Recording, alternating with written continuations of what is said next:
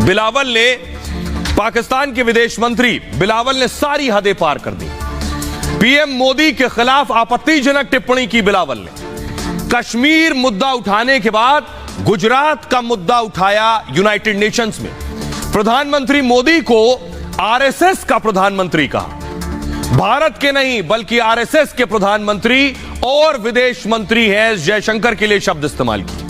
पाकिस्तान में आतंकवादी हमलों के लिए भारत जिम्मेदार है। सोचिए, पाकिस्तान का विदेश मंत्री यूएनएससी में बोल रहा है पाकिस्तान में आतंकवाद को पड़ोसी देश से समर्थन। बिलावल ने पाकिस्तान के विदेश मंत्री बिलावल ने सारी हदें पार कर दी।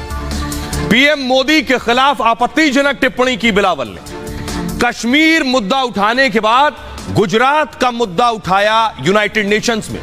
प्रधानमंत्री मोदी को आरएसएस का प्रधानमंत्री कहा।